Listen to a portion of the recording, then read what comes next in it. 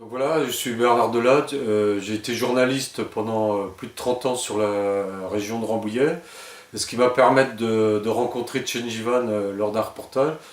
Donc cette dame qui est une artiste chinoise, c'est une grande pianiste, hein, elle a joué à Hong Kong, Pékin, mais aussi à Paris, Salgavo, Pleyel. Et donc, parce que cette dame s'est présentée à l'élection présidentielle en France plusieurs fois, à partir de 1981, et la dernière fois c'était en 2002.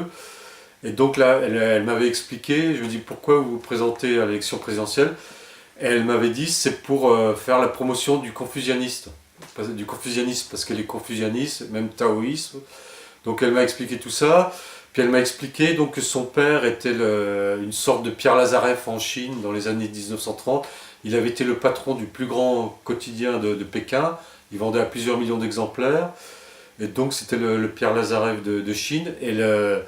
Ensuite, il y a eu, donc ils ont, à travers l'histoire de sa famille qu'elle m'a raconté, enfin, j'ai enregistré, ça a fait 25 cassettes d'1h30, donc un énorme, c'est la mémoire de la vie d'une femme. Et donc, alors il y a eu tout, ils ont subi, la famille Chen a subi tous les événements tragiques de la Chine du XXe siècle. Il y a eu le conflit sino-japonais qui a fait beaucoup de morts. Donc déjà, ils ont dû quitter Pékin pour se réfugier à Hong Kong. Ensuite, il y a eu la terrible guerre civile entre Mao et Chiang Kai-shek. Alors le père de Chen Jivan, Monsieur Chen, était contre Mao, lui, il soutenait Chiang Kai-shek. Il était même député de Pékin dans le contre-gouvernement de Chiang Kai-shek. Donc là, c'est pareil, ils ont été obligés de fuir Pékin. Alors il y avait un grand journal, et tout l'immeuble, tout le journal a été réquisitionné par les maoïstes. Donc ils se sont réfugiés, pareil, Shanghai, Hong Kong. Et la famille Chen a fini sur l'île de Taïwan. Là, ils sont repartis à zéro, ils n'avaient plus d'argent. Et le père de Chen Jivan a monté une école de journalisme à Taïwan, il est reparti à zéro. Chen Jivan, donc sa fille, elle était très douée en piano, elle commençait à jouer. Et grâce à Darius Minot, elle a pu venir en France en 1951. Et en France, elle a épousé un officier de marine, Philippe Bertrand, qui avait fait la guerre d'Indochine. Et donc il l'a rencontré lors d'un concert, ils se sont mariés, ils se sont installés à Rambouillet, ils ont construit une pagode traditionnelle de 3 niveaux, vraiment dans le style asiatique. Et là, ils donnent des cours de Tao, de Tai Chi Chuan, de mandarin. Donc c'est une vraie enclave asiatique dans Rambouillet. C'est vraiment quelque chose de très important. Et elle a une collection d'instruments de musique qui est fantastique, quoi. Des gongs, tout ça. Et c'est une femme, elle est très douée en musique. Elle va vous jouer du Beethoven, puis elle va dire, ben là, c'est un peu répétitif. Moi, à la place de Beethoven, j'aurais fait ça, parce qu'elle est aussi compositrice. Donc, alors, il y a eu il y a eu aussi plusieurs drames familiaux qu'elle raconte dans le livre. Par exemple, bon, il y a eu le divorce de son père.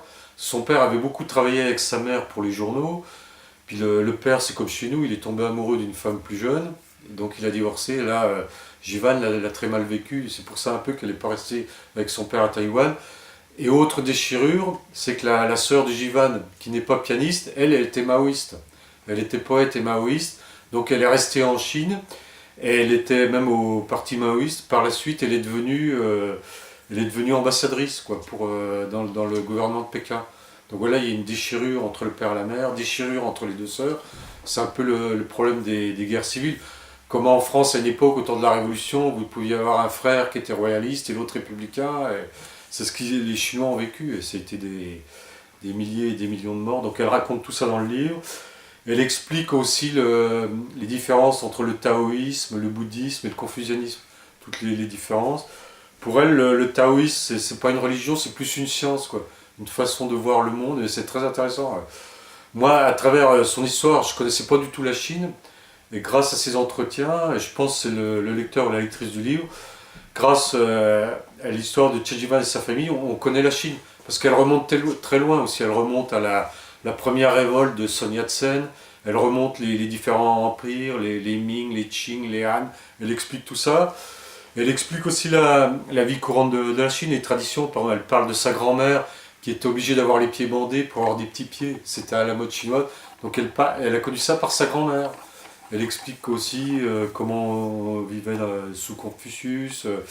Elle explique aussi par exemple comment le chiffre 4 est très mal vu en Chine, ce qui porte malheur, un peu comme le 13 chez nous, parce que c'est la même signification que la mort, quoi. C'est le même 4, c'est comme mort. Donc quand on va à un restaurant, on ne dit pas une table de 4, on dit une table de 3 plus 1 ou 2 plus 2, et si possible on évite. On préfère être 3 ou 5, et c'est des choses à savoir quand on va en Chine. Mais il y a des choses étonnantes. Bah, par exemple, quand j'ai rencontré Chen Jivan il y a 10 ans, je ne pensais pas du tout aller en Chine un jour.